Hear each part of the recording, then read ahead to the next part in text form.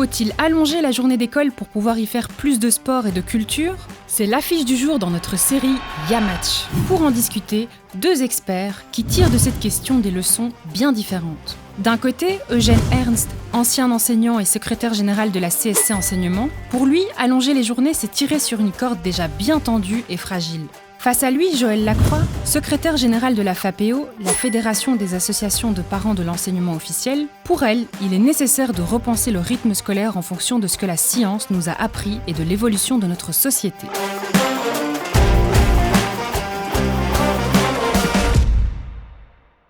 Historiquement, la FAPEO défend l'idée de prolonger la journée scolaire pour différentes raisons, et c'est une position que nous avons d'ailleurs encore débattue lors des travaux du Pacte pour un enseignement d'excellence. On y voit un bénéfice par rapport à la santé de l'enfant au niveau global. C'est important pour nous que les rythmes naturels de l'enfant puissent être considérés et pris en compte tout au long de la journée. C'est très important pour nous de se dire que l'école accueille un élève, mais au-delà, elle accueille un enfant avec différents besoins tout au long de sa journée. Les spécialistes, depuis 1991, nous disent et expliquent longuement que l'attention de l'enfant est fluctuante au fil de la journée. L'enfant fonctionne un petit peu comme un moteur à deux temps, avec des moments de vigilance, de baisse de vigilance et puis de remontée. On constate que le temps de midi est un temps vraiment où le pic attentionnel est plus faible. C'est un temps durant lequel l'enfant doit recharger ses batteries finalement pour redémarrer plutôt vers 14h30, 15h où il y a de nouveau un pic de vigilance qui arrive. Donc l'idée est de pouvoir profiter de ce temps de midi que certains appellent la pause méridienne pour faire autre chose que du travail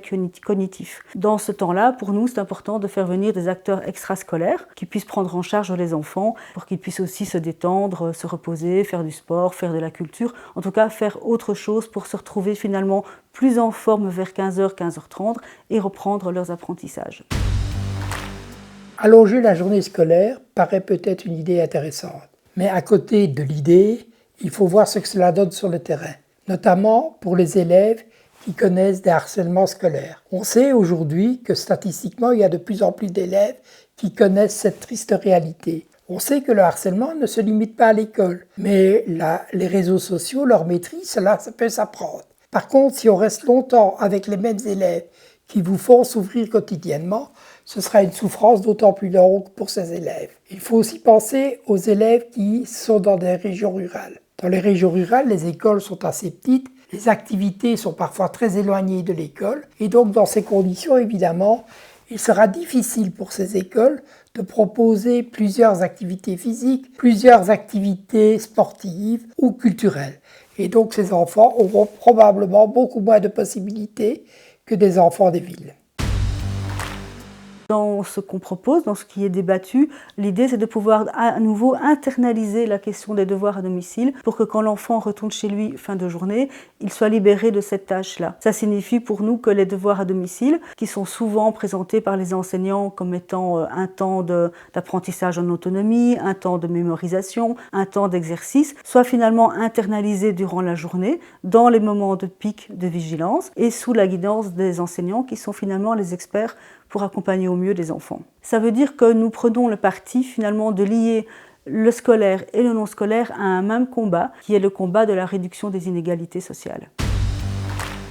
Il faut aussi penser aux enfants qui ont de très longs déplacements. Il n'est pas rare que des élèves aient plus ou moins 1 heure de déplacement le matin et l'après-midi. Il est évident que l'allongement de la journée scolaire risque d'allonger encore leur journée de travail. Est-ce concevable que des enfants partent de 11-12 heures de leur domicile pour effectuer leur journée scolaire? À notre sens, non. Il y a aussi le fait que si l'école, le lieu où on concentre les activités scolaires et les activités dites aujourd'hui parascolaires, les enfants vont rester toujours dans la même bulle. Et en restant dans la même bulle, ils vont rencontrer peu d'élèves d'autres écoles, d'autres endroits. Or, les rencontres, c'est un moment d'épanouissement important pour chaque élève.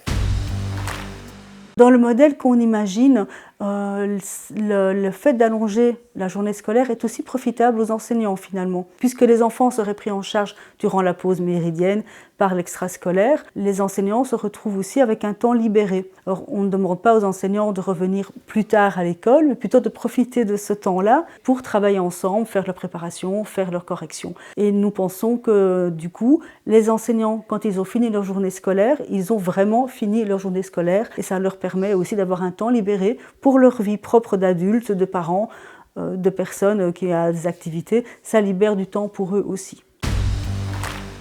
On ne peut pas passer la question sans aborder les personnels. En premier lieu, je parlerai des directions. Les directions se plaignent légitimement de leurs conditions de travail. Il est très clair qu'allonger la journée de travail va accroître leur charge de travail.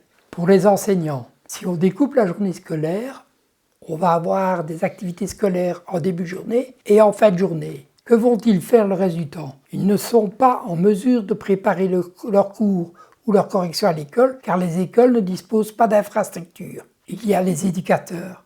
Il n'y a pas d'éducateurs dans l'école fondamentale. Or, si on allonge la journée, s'il n'y a pas d'éducateurs, comment va-t-on organiser ces journées? Or, lorsqu'on avait revendiqué la présence d'un éducateur dans chaque école fondamentale, le gouvernement nous avait dit que c'était un coût beaucoup trop élevé. Une autre bonne raison pour nous d'augmenter la journée scolaire, c'est de pouvoir permettre aux parents de concilier leur temps privé, leur temps professionnel et le temps scolaire. On entend souvent encore dans les écoles chanter une petite comptine qui dit « c'est bientôt l'heure des mamans ». Or, ces expressions-là, aujourd'hui, ont beaucoup moins de sens que dans les années 50. Le modèle de l'école aujourd'hui, où les enfants arrivent à l'école à 8h30, quittent l'école à 15h15, 15h, 15h30, n'est plus un modèle qui correspond aux réalités sociales d'aujourd'hui. L'heure des mamans, si on fréquente un petit peu les sorties scolaires, on voit que c'est plus franchement l'heure des mamans et que les enfants restent à l'école. On a des garderies scolaires qui ouvrent à 6h du matin, on a des garderies scolaires qui se terminent à 18h30 avec des enfants qui sont finalement à l'école, parfois pour près de 10 heures durant. Donc on voit que le modèle ne correspond plus à la réalité. L'allongement de la journée nous paraît être une réponse aux réalités sociales des familles. Et l'allongement permet ainsi de résoudre partiellement les problèmes des garderies. Mais pour les élèves, ne pourrait-on pas inverser la logique et penser à réduire le temps où ils sont à l'école en concentrant les cours en matinée comme on le fait dans certains lands allemands? Cette manière de procéder permettrait de mettre à disposition des clubs sportifs, des académies, les infrastructures scolaires pour qu'elles puissent travailler dans de bonnes conditions.